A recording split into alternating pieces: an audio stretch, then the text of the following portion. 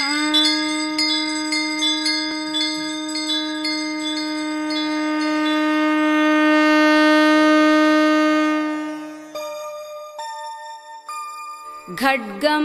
चक्रगदेषु चापपरिघान् शूलं भूसुण्डिं शिरः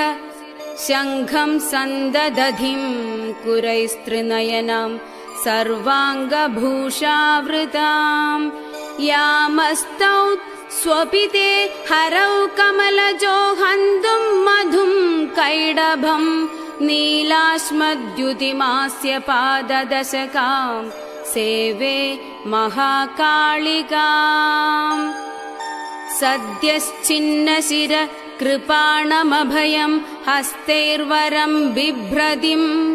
घोरास्यां शिरसां स्रजासुरुचिरामुन्मुक्तकेशावलिं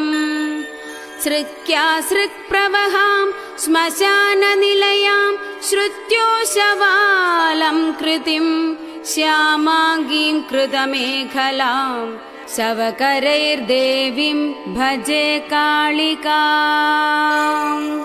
रक्ताङ्गीं रक्तवस्त्रां करिवरविलसत्कुण्डलां चण्डदंष्ट्रां कण्डोद्यन्मुण्डमालां परिसरविलसद्भूतपैशाचवृन्दां घोरां घोराट्टहासां करकलितकपालासिरौद्रां त्रिनेत्रां शत्रूणां प्राणहन्त्रीं शिशुशशिमकुडां भावयेद्भद्रकाळीं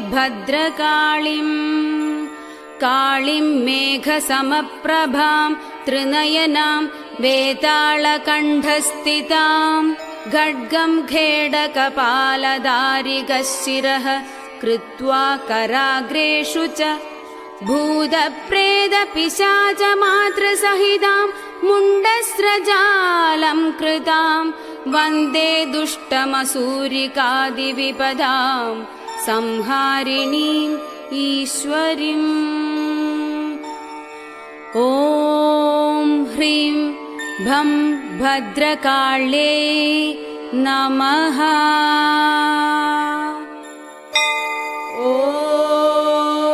श्मशानकालिका काळि भद्रकाळि कपालिनी गुह्यकाळि महाकाळि कुरुकुल्या विरोधिनी कालिका कालरात्रिश्च महाकालनिदम्बिनी कालभैरव भार्या च कुलवत्म प्रकाशिनी कामदा कामिनी काम्या कमनी